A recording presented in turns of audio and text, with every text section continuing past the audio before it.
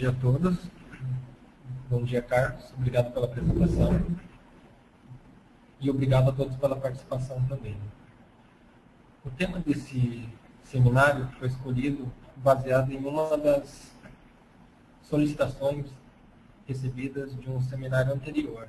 Um participante ele tinha bastante interesse em como fazer a manutenção e a calibração desses sensores FDR. Então, a gente acabou escolhendo esse tema para o dia de hoje. O tema, então, ele é o monitoramento de umidade do solo com sensores FDR.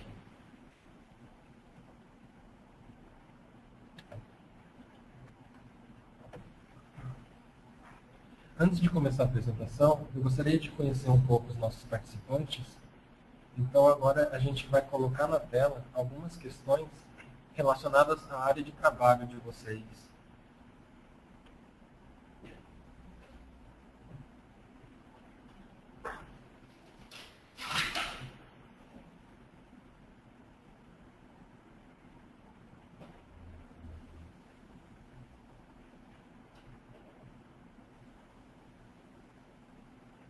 Nós gostaríamos de saber a porcentagem dos nossos participantes que trabalham com medição de umidade do solo.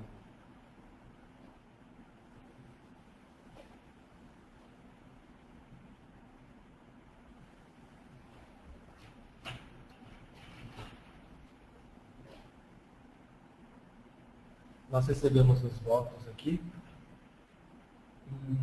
75% dos nossos participantes medem a umidade do solo.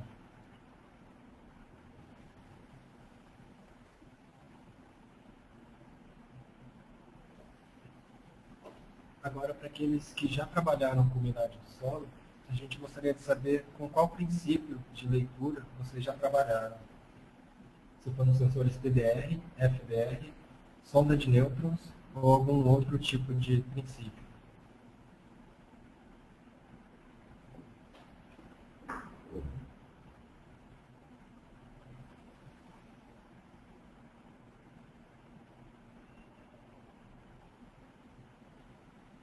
Nós recebemos os votos aqui e 44% dos nossos participantes trabalharam com o sistema TDR, enquanto que 33% já trabalharam com sensores FDR. Agora, uma última pergunta.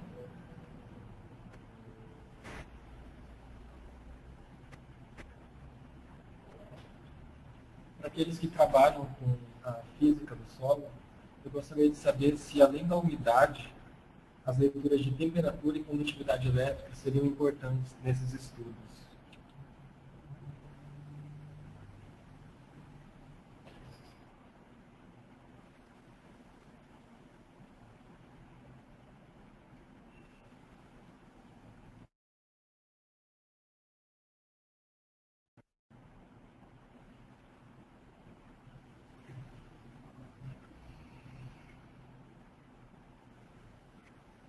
Nós recebemos a contagem aqui e 75% dos participantes consideram importante também conhecer não só a umidade do solo, mas a temperatura e a condutividade elétrica desse solo. Muito obrigado a todos pela participação nessas perguntas. E agora sim, conhecendo um pouco melhor o perfil dos nossos participantes, a gente vai começar a nossa apresentação. Primeiro, o que seria a umidade do solo? A umidade do solo ela faz referência à quantidade de água presente nesse solo. A gente pode medir a quantidade de água no solo de duas maneiras. Pelo volume de água presente em um certo volume de solo, ou de uma massa de água presente numa determinada massa de amostra. A gente percebe aqui que, se tratando de volume, a gente considera tanto o volume da água quanto o volume do solo e o volume ocupado pelo ar, enquanto que na parte de peso, na massa do solo, a gente considera a massa do próprio solo e a massa da água.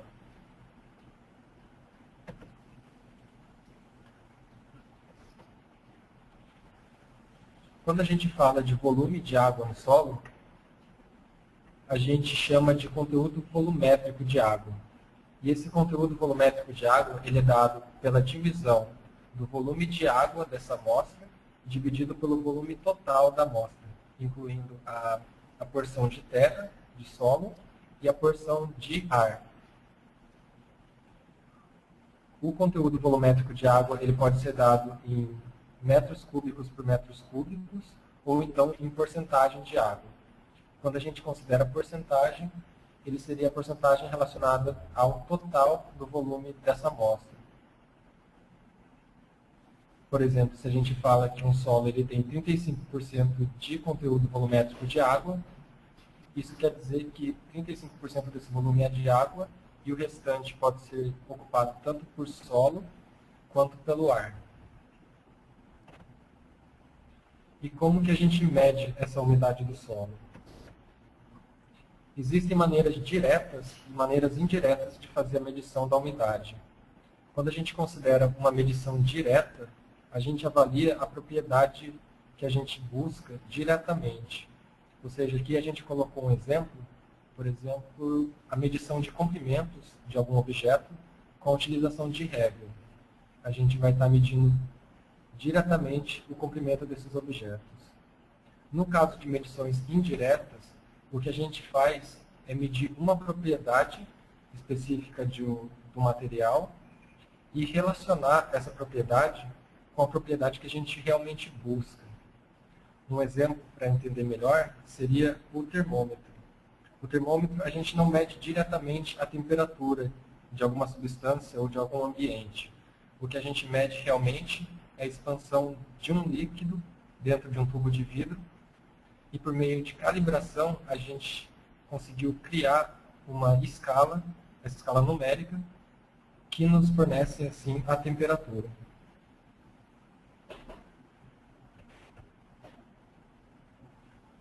O conteúdo volumétrico de água pelo método direto, a gente consegue da seguinte maneira. O volume total do denominador, a gente consegue com um amostrador de volume conhecido. Por exemplo, esse objeto da foto aqui. A gente consegue tirar um volume conhecido de solo para fazer a amostragem. Já o volume de água, a gente consegue pesando essa amostra. A gente vai conseguir a massa da água a partir da massa úmida. O solo úmido, a gente pesa ele e depois a gente seca em estufa e a gente retira essa massa seca.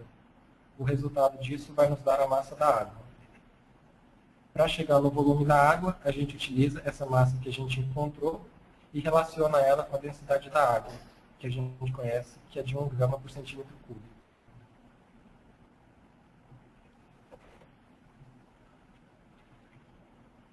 E agora falando do FDR em específico, esse é um tipo de medição de umidade que é conhecida como medição indireta. Por quê? Porque o FDR ele vai medir a permissividade dielétrica do solo e por meio de calibração ele vai relacionar com a umidade desse solo, a quantidade de água presente nesse solo. Portanto, por ser uma medição indireta, ele necessita de uma calibração.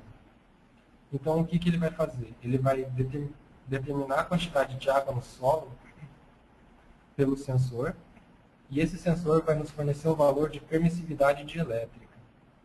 Por meio de calibração previamente realizada, a gente consegue relacionar esse valor de permissividade dielétrica com um certo valor de umidade, que é a característica que a gente busca.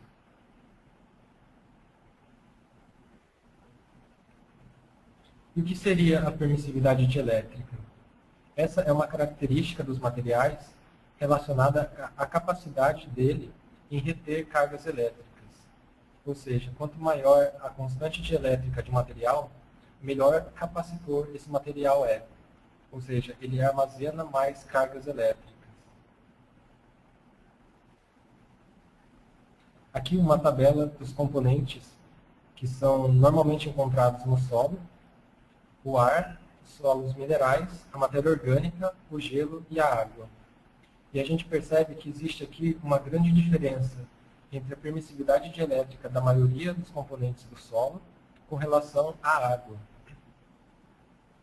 Todos os outros componentes que não a água, eles ficam próximos eles variam, na verdade, a sua constante dielétrica de 1 até 7, enquanto que a água fica no extremo oposto. Ela tem uma constante dielétrica de 80.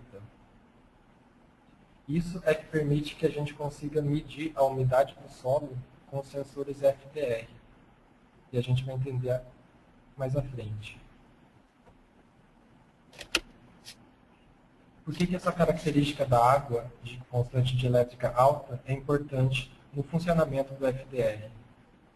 Porque a permissividade dielétrica total do solo, ela varia de acordo com a permissividade, a constante dielétrica de cada um dos componentes do solo e também o volume presente de cada um desses componentes na amostra escolhida.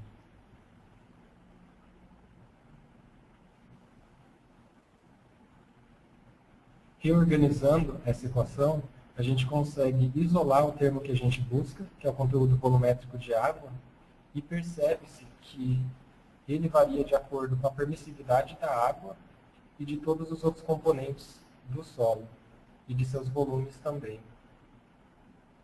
É por isso que os instrumentos que medem a permissividade dielétrica do meio, eles conseguem ser calibrados de maneira a nos fornecer esse valor de umidade do solo.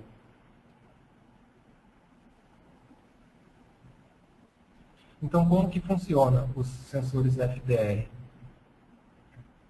Basicamente, eles formam um grande capacitor.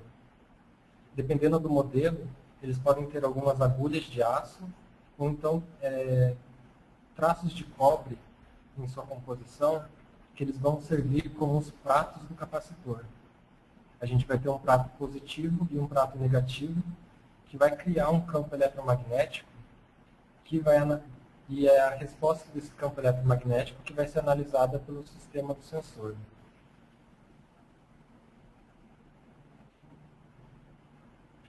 Aqui é um esquema para ficar mais fácil de entendimento. Os sensores FDR, então, eles vão possuir tanto o prato positivo quanto o prato negativo.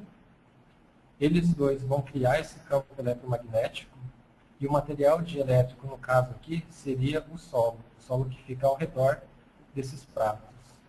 Por isso que no sistema FDR, ou no sistema TDR também, que funciona com constante dielétrica, é muito importante esse contato entre o solo e os pratos do sensor, ou as suas sondas. Essa é uma visão frontal, como se o sensor estivesse apontando diretamente para o observador. E a gente percebe o campo eletromagnético que é criado pelos pratos do sensor. Aqui, nesse caso em específico, a gente percebe que esse campo eletromagnético ele tem um volume de influência que atinge basicamente 2 centímetros de distância das sondas do sensor. Esse valor é importante para a gente na hora de considerar o volume de influência do sensor em seus estudos.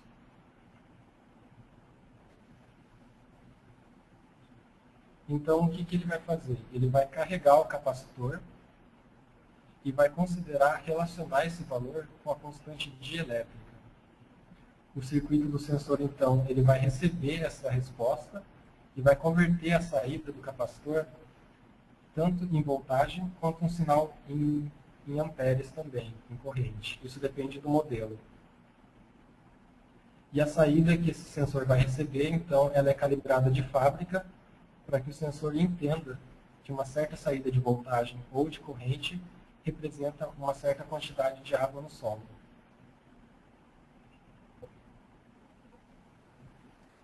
Aqui são alguns exemplos de solos que foram realizados, e é basicamente essa a calibração que é realizada.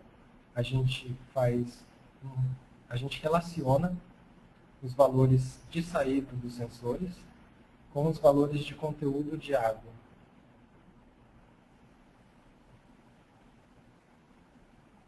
Vantagens e desvantagens de um sensor FDR. Os sensores FDR, eles normalmente são mais baratos e os aparelhos que fazem a leitura desses sensores, eles não precisam ser muito complexos. Um simples leitor que consiga receber essa saída em miliamperes ou em voltagem já faz o trabalho. O sensor em si ele é de fácil instalação, ele tem uma boa resolução e consome pouca energia. As desvantagens no sistema FDR, ou qualquer sistema que utiliza a constante dielétrica, são basicamente as mesmas. A gente tem uma dificuldade na instalação com interferências. Ele pode sofrer interferência de temperatura muito extrema, ou até da textura do solo. E esses problemas eles vêm sendo resolvidos com base na frequência que o sensor utiliza. Hoje em dia os sensores eles utilizam uma frequência maior, por exemplo, de 70 Hz, que diminuem um pouco essa desvantagem do sensor FDR. A instalação dos sensores, dependendo da profundidade, é um pouco mais difícil e, como dito anteriormente, ele é muito sensível a bolsões de ar em contato sonda-solo.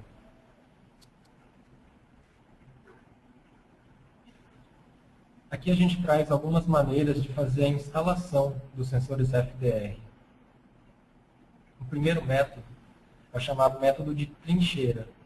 O que a gente faz é abrir uma trincheira no perfil do solo, até a profundidade que a gente deseja, e os sensores eles são colocados lateralmente. A gente percebe aqui que todos os sensores eles colocam o eixo da largura na vertical e não na horizontal. Isso a gente recomenda, porque se a gente colocar o sensor na horizontal, ele favorece o acúmulo de água em cima do seu sistema, do seu circuito. O segundo método é o método de trado. No caso, a gente faz um buraco com trado de aproximadamente 5 centímetros. E a instalação do sensor é feita com auxílio de, por exemplo, um cano de PVC ou um cano de alumínio, por onde a gente coloca o cabo do sensor por dentro desse cano e faz a instalação dele no fundo do buraco. O terceiro método é um método também com furo de trado, só que por ele ter um diâmetro maior, ele permite a instalação dos sensores lateralmente, como se fosse um buraco, uma trincheira. E o quarto método de instalação permanente é o método com uma certa inclinação, por exemplo, de 45 graus. Ele funciona mais ou menos da mesma maneira que o método 2. A gente faz um buraco com trado, só que inclinado, e a instalação também é feita utilizando um cano. A vantagem desse sistema número 4 é que a gente não perturba o solo que fica logo acima do sensor de umidade. O problema de se perturbar o solo acima do sensor é que a gente pode acabar criando um fluxo preferencial de água, porque a gente perturbou esse solo, e por mais que a gente tente recriar a densidade do solo mais fielmente possível, a gente não consegue esse resultado tão bom quanto se a gente deixasse ele intocado.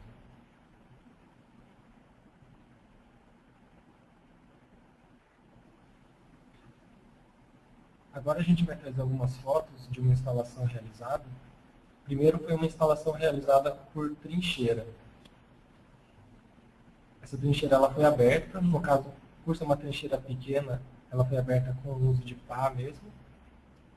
Então, depois de aberta, a gente mede a profundidade que a gente busca e coloca o sensor lateralmente, e de maneira que a largura dele, o eixo da largura, fique na vertical, para evitar o acúmulo de água em cima do sensor.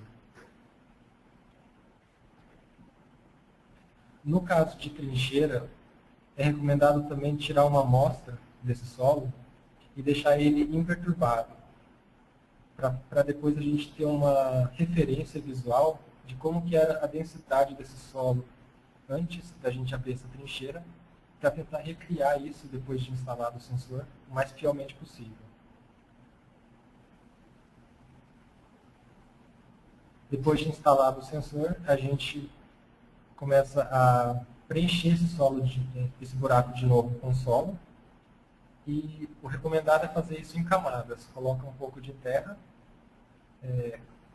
pressiona um pouco essa terra para tentar recriar a densidade original do solo e assim vai indo, etapa por etapa. Esse segundo método de instalação é o método de trado. No caso, a gente vai fazer um buraco com um trado de aproximadamente 5 centímetros. E esse é o cano de PVC, ou no caso de alumínio, que a gente utiliza para instalar os sensores. Ele é um cano, só que na extremidade que a gente vai colocar o sensor, a gente fez um pequeno corte para que ele consiga encaixar o sensor ali na hora da instalação, para que ele não fique balançando no fundo do buraco. Então, o que a gente faz é passar o cabo do sensor por dentro desse cano, encaixar o sensor naquele corte que foi feito na extremidade do cano e fazer a instalação no fundo do buraco.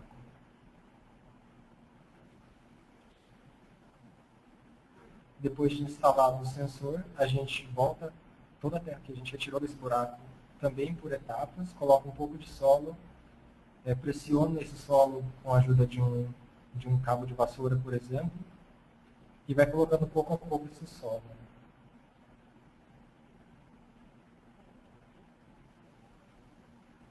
Em qualquer um desses dois métodos de instalação, é recomendado também a proteção do cabo que fica exposto acima do solo. Isso para proteger tanto contra os efeitos do clima, quanto da vida silvestre ao redor também. Roedores e outros animais que podem acabar mastigando os cabos ou até tropeçando nesses cabos. Além dos métodos de instalação permanente que foram comentados anteriormente, os sensores FDR eles também permitem um sistema de leitura que a gente chama de insira e leia. É uma leitura bem pontual e consiste basicamente em a gente ter um sensor FDR com um leitor adaptado ou um leitor no próprio sensor. E o que a gente faz? A gente chega no local de leitura, insere esse sensor, tira uma leitura de umidade, retira o sensor e se move para outro ponto.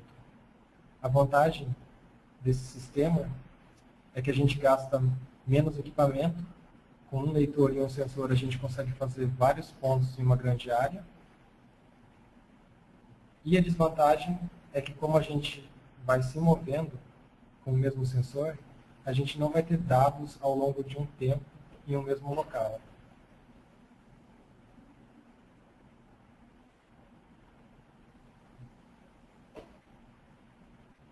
Esse próximo procedimento é chamado de calibração específica. Os sensores FDR, normalmente, eles já vêm de fábrica calibrado para a maioria dos solos. Só que a calibração específica ela pode ser realizada em dois casos. Ou se o seu solo ele apresenta características muito específicas, por exemplo, uma alta salinidade, ou então, se os seus estudos exigem uma maior precisão desses sensores. Normalmente, os FDR eles apresentam uma precisão de 3 a 4%. E realizando a calibração específica, a gente consegue melhorar essa precisão para 1 a 2%. Esses são os passos, então, para realizar uma calibração específica. Em primeiro lugar, a gente precisa preparar o solo dessa amostra. Em segundo lugar, a gente plota os pontos de dados.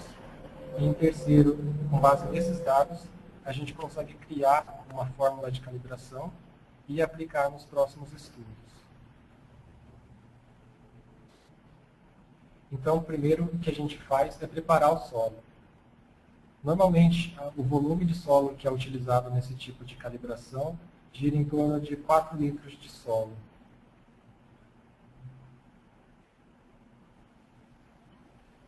Na hora de se obter esse solo, a gente atenta para alguns pontos. Por exemplo, ele tem que ser retirado não só do local de onde vai ser instalado o sensor, mas também, se possível, considerar a própria profundidade em que esse sensor ele vai se encontrar. porque a gente considera que, mesmo em um mesmo solo, diferentes profundidades vão apresentar diferentes propriedades físicas.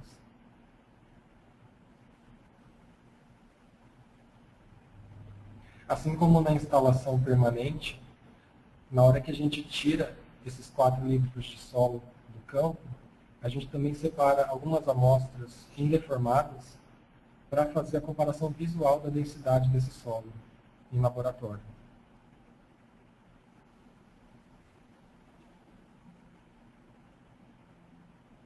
Depois de recolhido esse solo, a gente deixa secar ao ar livre.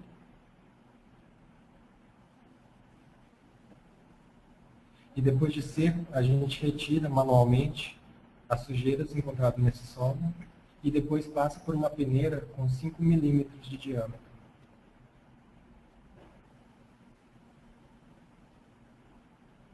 Depois de peneirado, a gente separa as subamostras em vasilhames de calibração. E nesse momento, na hora de escolher esses vasilhames, a gente tem que atentar para o volume de influência do sensor. Como mostrado anteriormente, a gente tinha um sensor, por exemplo, que tinha um volume de influência que atingia até 2 centímetros ao redor das suas sondas. Então é importante, nesse momento, escolher um vasilhame que seja maior do que essas dimensões, para que o sensor tenha em seu volume de influência só solo e não o material do vasilhame. Na hora de preencher os vasilhames, a gente faz igual na instalação permanente. A gente vai colocando pouco a pouco o solo, pressionando esse solo com a ajuda de algum objeto, e vai preenchendo por etapas até atingir o topo desse vasilhame. É nessa hora também que a gente utiliza aquelas amostras indeformadas que a gente separou para fazer uma comparação visual, para ver se a nossa amostra preparada tem pelo menos uma densidade próxima ao do solo real.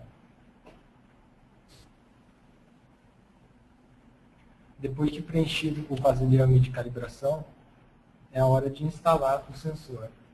Nesse momento também é importante colocar o sensor o mais firme possível e não balançar muito na sua instalação. Isso pode acontecer principalmente em solos que são mais compactados, para não criar bolsões de ar ao redor desses dentes do sensor. Alguns sensores são pequenos o suficiente para serem instalados diretamente no solo. Mas alguns sensores que são maiores, principalmente em solos muito compactados, existe a possibilidade de quebrar a sonda do sensor.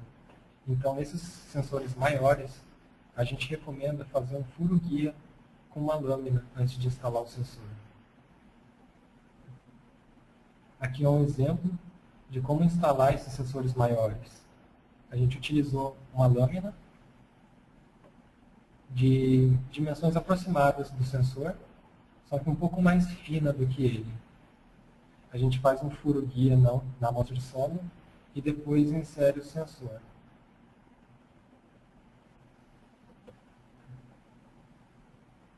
Na hora de tirar as leituras desses sensores, é importante também tentar usar o logger ou o leitor de sensores que vai ser instalado no campo realmente. Porque entre um logger e outro pode haver pequenas variações de alimentação.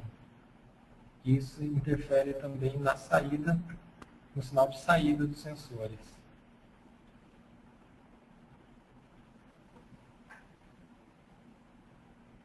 No caso aqui, a gente colocou como exemplo 2 dados de saída, 2 diferentes sinais de saída. Uma de fabricação da Decagon e uma da empresa Campbell Scientific.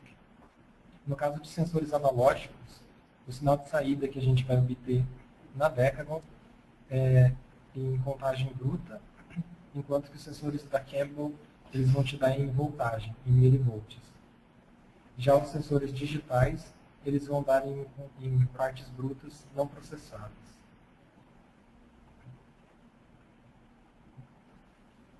Na hora de tirar a leitura da amostra também, a gente recomenda colocar em várias posições, tirar uma leitura mudar ele de posição, tirar outra leitura, para no final a gente ter uma média do sinal de saída, ao invés de uma única leitura.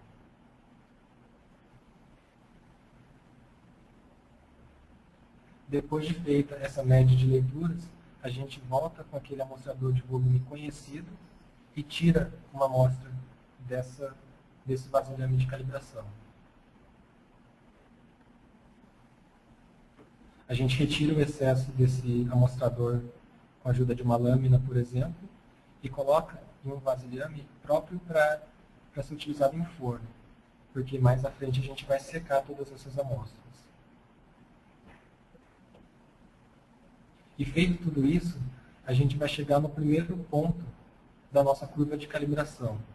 A gente tem o sinal de saída no eixo X, que é a média de todas as leituras que a gente tirou, e no eixo Y, a gente vai ter, mais à frente, o conteúdo volumétrico de água, que a gente vai conseguir com base naquela amostra que a gente separou em vidro de forno.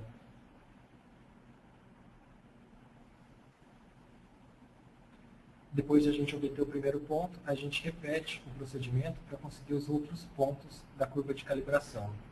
A gente separa a amostra de solo, só que nesse caso a gente vai adicionar água a essa segunda amostra.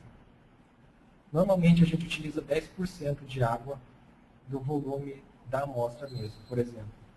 Se a gente separou em um vasilhame 1 litro de solo, a gente vai adicionar 100 ml de água. E depois de colocado essa quantidade de água no solo, a gente tem que homogeneizar essa amostra.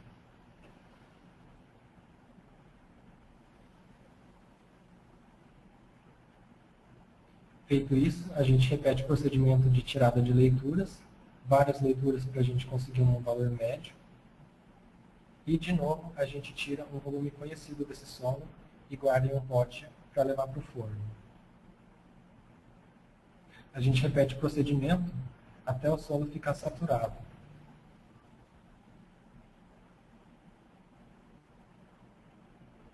Depois de feito tudo isso, a gente vai ter em torno de 5 a 7 pontos da curva de calibração. O que a gente faz depois é pesar todas as amostras de volume conhecido para atingir a massa do volume do solo úmido, que é essa primeira linha da nossa tabela.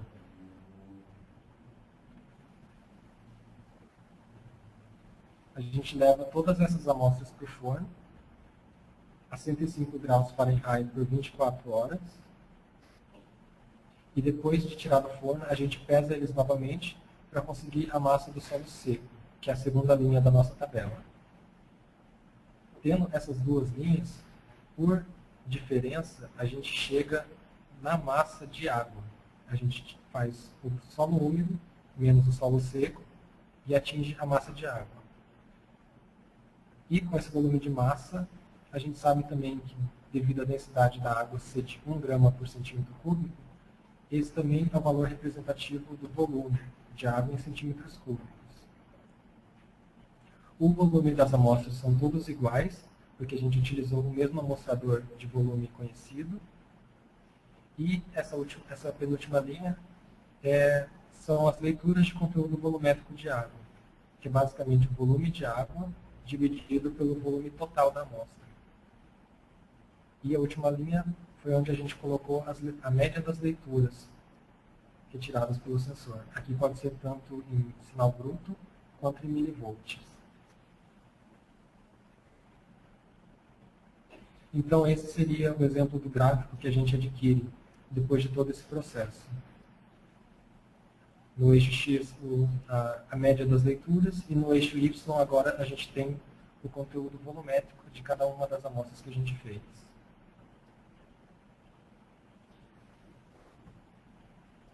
A relação obtida no final desse processo é muitas vezes linear, mas às vezes ela pode se encaixar melhor em funções quadráticas, como exemplo, solos que têm muita matéria orgânica. Depois que a gente faz tudo isso, a gente obtém essa fórmula aqui, que a gente chama de fórmula de calibração, e é ela que vai ser aplicada nos estudos posteriores com esse sensor. Ele pode ser utilizado tanto em planilhas do Excel, fazendo o cálculo manualmente, Ou então, se o instrumento logger permitir, a gente pode registrar essa nova calibração no logger, e a partir de então ele vai ficar registrado para qualquer estudo feito com esse logger.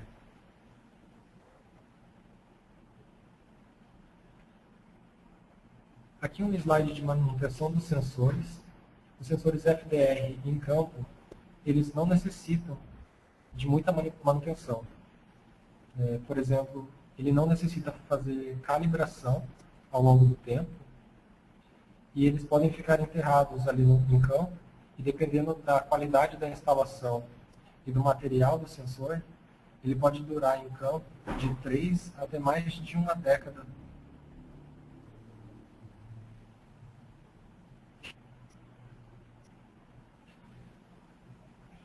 Aqui apenas um cuidado com a limpeza dos sensores, principalmente se eles forem utilizados no sistema de insira e leia. A limpeza dele é bem simples. Se for apenas um sensor que mede umidade do solo, a limpeza é feita com um pano úmido ou uma esponja que não arranhe as sondas do sensor. E no caso de sensores que também, além da umidade e temperatura, dão condutividade elétrica, eles normalmente têm ou alguns componentes metálicos, ou a sonda toda em si é feita de aço inox. Nesses casos, óleos não condutores, eles influenciam bastante a leitura da condutividade elétrica. Então, se ele tiver algum tipo de óleo, principalmente o óleo da nossa própria pele, ele vai dar leituras erradas de condutividade elétrica.